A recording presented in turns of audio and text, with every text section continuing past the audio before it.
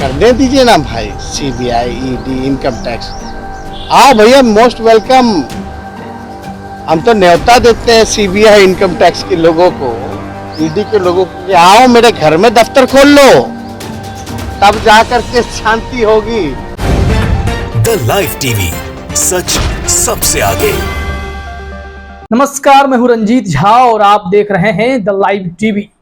बिहार में महागठबंधन की नई सरकार में डिप्टी सीएम बनते ही तेजस्वी यादव ने सीधा सीधा चैलेंज मोदी के ईडी, सीबीआई और इनकम टैक्स को कर दिया है कि भैया आप आओ, हमारे यहाँ दफ्तर खोल लो, हमारे घर में ही। अगर आपको शांति नहीं मिल सकती है तो हम क्या कर सकते हैं, ज्यादा से ज्यादा आओ मेरे ही घर में दफ्तर खोल लो, मैं आप लोगों से नहीं डरता।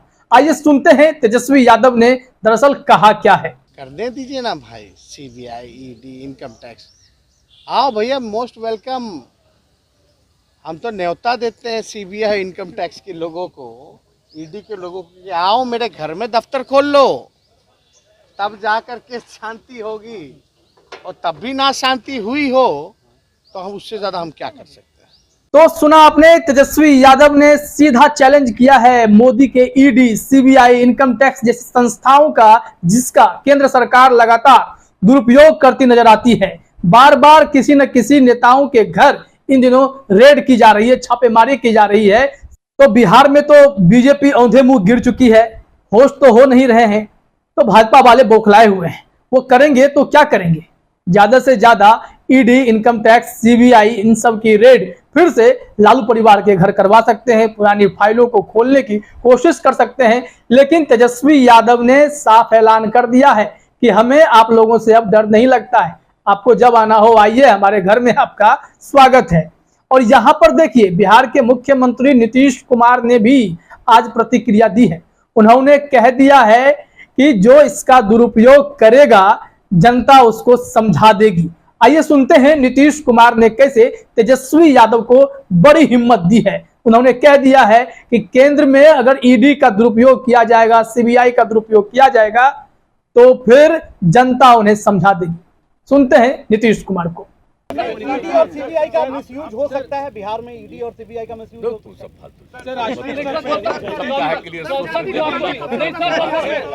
अरे आप सोच लीजिए कि जो भी किसी चीज का दुरुपयोग करने का आदी होगा तो आप समझ लीजिए कि जनता इसके बाद एक एक चीज समझ करके अपना निर्णय लेगी समय। तो सुना आपने, नीतीश कुमार ने भी साफ तौर पर तेजस्वी यादव का साथ दे दिया है। फिर घबराने की क्या बात है। केंद्र सरकार हो चाहे भाजपा की ताकत हो, जितनी भी साजिश रच ले या फिर इन संस्थाओं का दुरुपयोग कर ले, लेकिन बिहार में यह सरकार गिरने वाली नहीं है, हिलने वाली नहीं है। मजबूत गठबंधन की सरकार है और नीतीश कुमार तेजस्वी यादव के साथ मिलकर इस सरकार को चलाएंगे। बोलता हिंदुस्तान का भी एक ट्वीट है जिसमें तेजस्वी यादव की तस्वीर लगाकर उनका स्टेटमेंट लगाया गया है।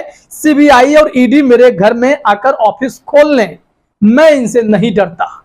बस एकदम क्लियर है, डिप्टी सीएम है बिहार के और डंके की चोट पर कह रहे हैं, चैलेंज दे रहे हैं ईडी, सीबीआई, इनकम टैक्स जैसी संस्थाओं को, एजेंसियों को कि आओ भैया जो करना है कर लो, हमें डर नहीं लगता।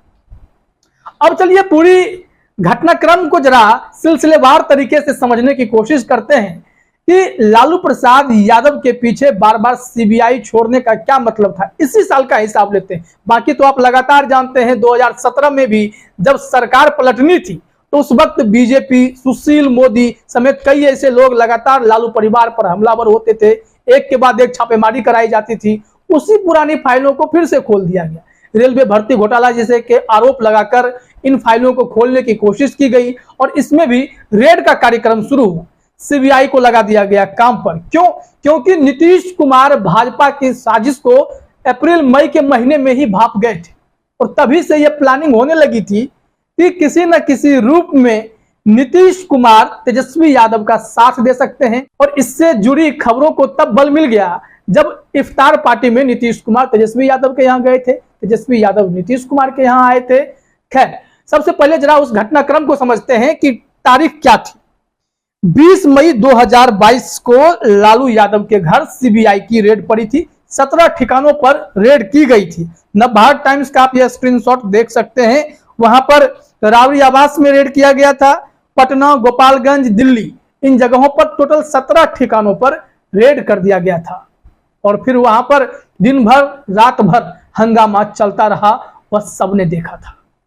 इसके बाद भी ये लोग शांत नहीं बैठे, कार्यक्रम इनका चलता रहा। वो बाद में आएंगे कि अगला कार्यक्रम बीजेपी वालों ने या केंद्र सरकार की जांच एजेंसियों ने क्या किया था, वो भी बताएंगे। इस घटना को लेकर जब बिहार के मुख्यमंत्री नीतीश कुमार से पूछा गया कि लालू प्रसाद यादव के घर सीबीआई की रेड पड़ी है, आप क्या कहेंगे, 22 तारीख को नीतीश कुमार ने जवाब दिया था। न्यूज 18 का स्क्रीनशॉट आप देखिए। उन्होंने कहा था जो रेड किया है वही जवाब देगा। मतलब नीतीश कुमार भाजपा के और केंद्र सरकार के मिली भगत वाली जांच एजेंसियां जो उनका तोता है उसके इस्तेमाल पर खुश नहीं थे। उन्होंने कहा कि जो रेड किया वही जवाब देगा, हमारा कोई लेना देना इसमें नहीं है। यह नीतीश कुमार का स्टेटमेंट था। तभी आप समझ सकते हैं कि नीतीश कुमार कितने खफा थे और इन जांच एजेंसियों के दुरुपयोग से भी नीतीश कुमार भाजपा से खुश नजर नहीं आ रहे थे। फिर देखिए क्या हुआ, नीतीश कुमार ने जब प्लानिंग बनाई तो धीरे धीरे चीजें बाहर दिखने लगती हैं, वो दिखनी शुरू हो गई। इफ्तार पार्टी को याद कीजिए, 22 अप्रैल 2022, इससे पहले के जो मामले हैं, 22 अप्रैल 2022 रेड से पहले का मामला हुआ क्या था कि आरजेडी ने इफ्तार पार्टी दी, तेजस्वी यादव ने नीतीश कुमार को निमंत्रण दिया। नीतीश कुमार वहां पहुंच गए, दावत में गए, पैदल ही राबड़ी आवास पहुंच गए थे। आप यह एबीपी न्यूज का स्क्रीनशॉट देख सकते हैं कि पैदल ही नीतीश कुमार राबड़ी आवास पहुंचे, वहां इफ्तार पार्टी में शरीक हुए, जिसके सियासी मायने निकाले जाने लगे। एक सप्ताह के दौरान दूसरी बार ऐसा मौका आया जब जदयू ने इफ्तार पार्टी दी, तेजस्वी यादव को निमंत्रण गया, तेजस्वी यादव शामिल हुए। आप स्क्रीनशॉट देखिए, एनबीटी का दिखा रहे हैं, 29 अप्रैल 2022 की। द्वार से कार तक हेडलाइन था कि नीतीश तेजस्वी का यह रिश्ता क्या कहलाता है। मतलब नीतीश कुमार तेजस्वी को छोड़ने कार तक पहुंच गए थे घर से। तो पहला मामला तो यह था कि वो खुद पैदल उनके घर गए।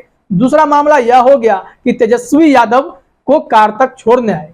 इसके बाद बीजेपी के कान खड़े हो गए थे, इसलिए अप्रैल बीतते बीतते कुछ दिनों के बाद मई महीने में 20 तारीख को सीबीआई की रेड करवा दी गई लालू प्रसाद के घर में और नीतीश कुमार को यह याद दिलाने की कोशिश की गई कि आप जीरो टॉलरेंस वाले आदमी हैं, ट्रिपल सी से समझौता नहीं करते हैं, क्राइम, करप्शन और कम्युनलिज्म से आप समझौता नहीं करते हैं। इस पार्टी में, आरजेडी में तेजस्वी यादव के साथ या पूरे लालू परिवार में भ्रष्टाचार के आरोप लगे हुए हैं, तो आप इनके साथ कैसे जा सकते हैं। नीतीश कुमार को रोकने की कोशिश हुई, लेकिन नीतीश कुमार तो अपनी तैयारी कर चुके थे और उन्हें रुकना तो यहां पर था ही नहीं।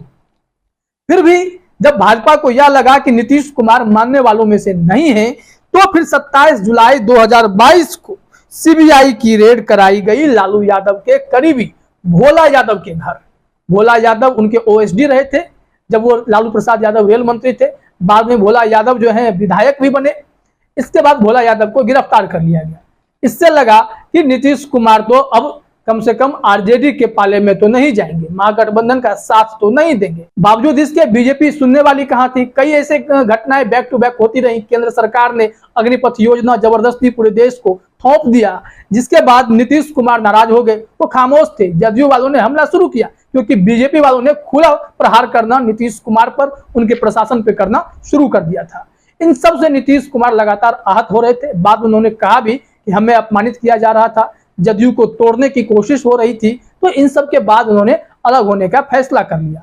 तो अब अगर यह कहा जा रहा है कि नीतीश कुमार या फिर तेजस्वी यादव के ऊपर सीबीआई ईडी का रेड हो सकता है, तो इस पर तेजस्वी यादव ने भी स्टेटमेंट दे दिया है कि हमें इनसे डर नहीं लगता, आप आए तो हमारे यहाँ दुकान खोल लें, दफ्तर खोल लें, कोई फर्क नहीं पड़ता। नीतीश कुमार ने भी कहा, हल्के में कहा, कोई फर्क नहीं पड़ता, अगर ये दुरुपयोग करेंगे तो जनता इनको जवाब देगी।